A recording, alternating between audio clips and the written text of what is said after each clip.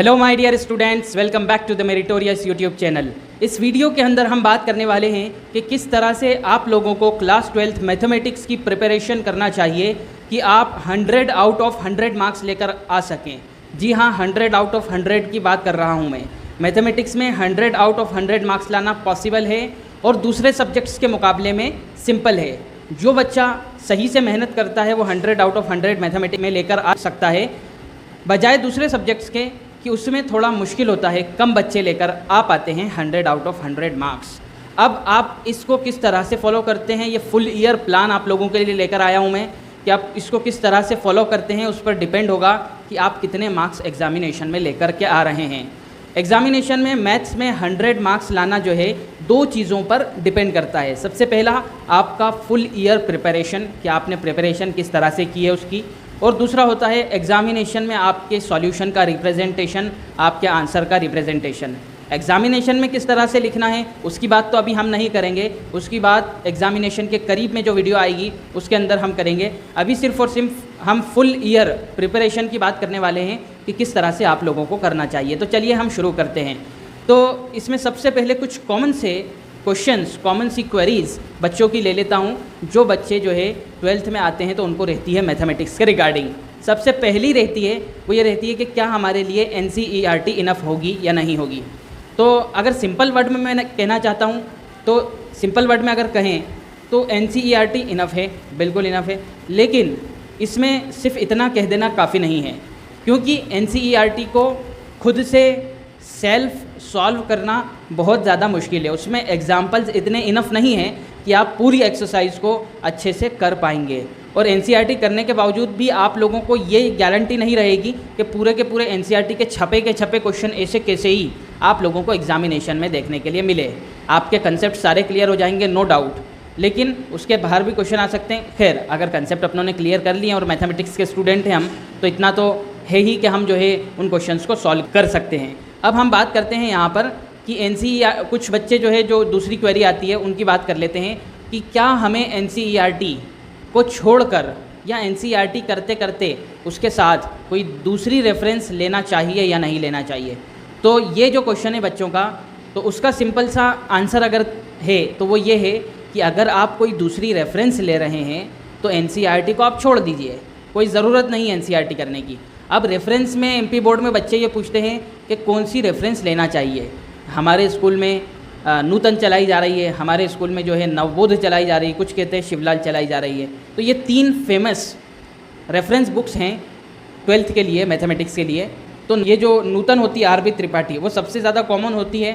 85 to 90% school के अंदर जो है ये चलाई जाती है, और मैं भी इसे रिकमेंड करता हूँ क्योंकि इसके अंदर इतने इनफ एग्जाम्पल्स हैं कि आप एग्जाम्पल्स को करके जो कंसेप्ट क्लियर करेंगे तो एक्सरसाइज का हर एक क्वेश्चन, लगभग 90% से ऊपर क्वेश्चन आप लोगों के एक्सरसाइज के हो ही जाएंगे। जी हाँ, इतने क्वेश्चन आप लोगों के हो ही जाएंगे। दूसरा जो है नवबोध, तो नवबोध भी जो आप लोगों की नूतन है उसके टक्कर की ही किताब है, तो उसको भी आप कर सकते हैं, लेकिन काफ़ी सारे स्कूल्स में नहीं चलाई जाती, तो थोड़ी सी आप लोगों को प्रॉब्लम आ सकती है। वैसे मतलब इतना बड़ा इशू नहीं है, अगर नवबोध भी आप सॉल्व करेंगे तो भी जो अगर स्कूल वगैरह में एग्ज़ाम्स टेस्ट होंगे तो उसको देने के लिए आप एबल हो जाएंगे। बस ये है कि जो स्कूल में पढ़ाया जा रहा है, जो टीचर आपको पढ़ा रहे हैं, उसमें आप जो है उसको को रिलेट नहीं कर पाओगे, क्योंकि नवबोध में जो एक्सरसाइज के क्वेश्चन हैं वो ज़्यादातर जो है RB त्रिपाठी जो नूतन जो बुक है वो आपको एग्जाम्पल्स में मिल जाएंगे, और RB त्रिपाठी के एक्सरसाइज की जो बुक है वो नवबोध के एग्जाम्पल्स में मिल जाएंगे। थोड़े आगे पीछे क्वेश्चन है, ज़्यादा कुछ फ़र्क नहीं है इन दोनों के अंदर।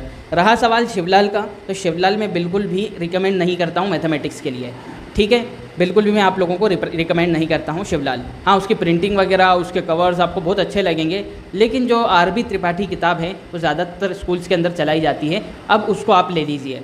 अब हम आगे बात करते हैं, क्या हमें RB त्रिपाठी या फिर कोई भी रेफरेंस किताब जो है पूरी करना है सॉल्व, क्या पूरी इतनी मोटी बुक उसको सॉल्व करना है हमें? तो नहीं, यहाँ पर हमें थोड़ा सा स्मार्ट वर्क करना होगा रादर देन हार्ड वर्क। दो तरह के बच्चे होते हैं कि हार्ड वर्क तो बहुत कर रहे हैं लेकिन जो है आउटपुट बहुत कम निकल रहा है। दूसरे होते हैं कि भाई स्मार्ट वर्क कर रहे हैं तो कम इनपुट के अंदर ज़्यादा आउटपुट निकल जाता है। तो ये वाला काम अपने को करना है। कैसे करना है RB त्रिपाठी, वो देख लीजिए आप। एग्जाम्पल्स के A to Z क्वेश्चन, सारे के सारे क्वेश्चंस एग्जाम्पल्स के आप कर लीजिए, उसमें से एक भी मत छोड़िए। उसके अलावा जो है एग्जाम्पल के बाद आप आएंगे एक्सरसाइज पर। एक्सरसाइज में जो NCERT लिखे हुए क्वेश्चंस हैं वो सारे करना है हमें, और जो MP बोर्ड के प्रीवियस ईयर क्वेश्चंस है उसमें लिखा हुआ रहेगा MP board 2015, MP board 2016, MP board 2010, सारे के सारे प्रीवियस ईयर क्वेश्चंस अपने को कर लेना है। तो लगभग आपकी जो आपके मान लो कि किसी एक्सरसाइज में 20 क्वेश्चंस हैं, तो 20 में से 10 क्वेश्चंस तो आपको इस तरह के मिल ही जाएंगे या 10 से भी कम मिलेंगे, जो कि आपके NCERT लिखे होंगे और प्रीवियस ईयर क्वेश्चंस होंगे, उनको करना है हमें। एग्जाम्पल्स कर लिए प्लस ये क्वेश्चंस कर लिए, हमारा जो है पूरा RB त्रिपाठी बहुत अच्छे से कंप्लीट हो जाएगा, और इस तरह से आप एबल हो जाएंगे कि एग्ज़ाम में जाकर हर एक क्वेश्चन को करने वाले बन जाएंगे। अब हम बात करते हैं यहाँ पर कि आप लोगों को RB त्रिपाठी कब तक कंप्लीट कर लेना चाहिए अगर आप 100 आउट ऑफ 100 मार्क्स चाह रहे हैं तो अगर मैं आपको सिंपल वर्ड्स में बोलूँ तो नवंबर के लास्ट में बाय 30 नवंबर 30 नवंबर तक आप लोगों की RB त्रिपाठी एक बार कंप्लीट हो जाना चाहिए, यानी पूरा मैथमेटिक्स का सिलेबस आप लोगों का कंप्लीट हो जाना चाहिए। और बहुत से बहुत अगर नहीं हो रहा है तो 15 दिसंबर तक आप उसको ले जा सकते हो। इससे ज़्यादा अपने को जो है सिलेबस कंप्लीट करने में टाइम नहीं देना है, और अभी से प्लानिंग बनानी है कि इन 6 महीनों के अंदर अंदर हमें किस तरह से जो है मैथमेटिक्स को सॉल्व करना है कि हमारा 15 दिसंबर कम से कम, या फिर हो सके तो नवंबर तक सिलेबस मैथमेटिक्स का कंप्लीट हो जाए। उसके बाद कम से कम आपको जो है एग्ज़ाम से पहले कम से कम 3 से 4 बार इस किताब को दोबारा सॉल्व करनी है, 3 से 4 बार सॉल्व करनी है। तो अगर 4 रिवीजन हो जाएंगे आपके, एक बार पूरा कर लिया और 3 बार वो कर लिया, मिनिमम 4 रिवीजन हो जाएंगे, तो आप इस तरह से मंझ जाएंगे उस सब्जेक्ट्स के अंदर कि आप लोग एग्ज़ाम के अंदर जब क्वेश्चन देखेंगे ना तो उसका सॉल्यूशन आपके दिमाग में घूमने लगेगा, और उसका आंसर भी, यहाँ तक कि कई केसेस में आप लोगों को उसका आंसर भी दिखने लग जाएगा। इतनी आप लोगों की प्रैक्टिस हो जाएगी।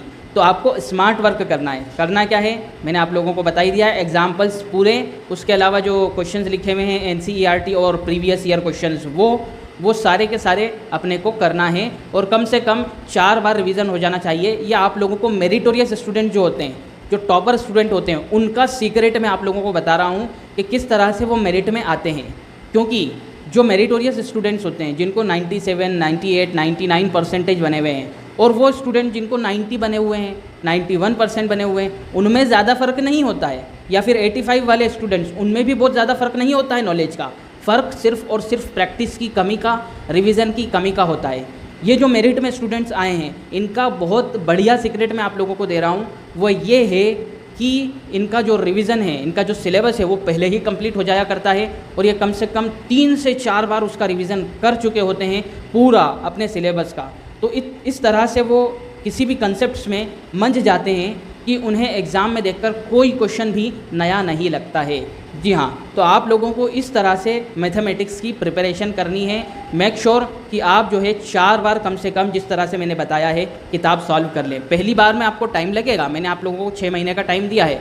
दूसरी बार में कुछ भी बहुत कम टाइम लगने वाला है, दूसरी बार में हो सकता है 1 महीने में हो जाए आपकी किताब, तीसरी बार में 15 दिन में ही हो जाए। तो इस तरह से आप लोगों को सॉल्व करना है। कम से कम आप लोगों का जो सिलेबस है वो 4 बार कंप्लीट हो जाना चाहिए। ये इन्फॉर्मेशन आप लोगों को कैसी लगी कमेंट्स में अपनी राय ज़रूर दीजिए, और ज़्यादा से ज़्यादा इस वीडियो को अपने फ्रेंड्स तक शेयर कीजिए। और अगर चैनल को सब्सक्राइब नहीं किया है तो सब्सक्राइब कर लीजिए, क्योंकि इसी तरह की स्ट्रेटेजिक वीडियोज़, इंपॉर्टेंट क्वेश्चंस की वीडियोज़ और अपडेट्स की वीडियोज़ इस चैनल पर MP बोर्ड से रिगार्डिंग आप लोगों को मिलती चली जाती है।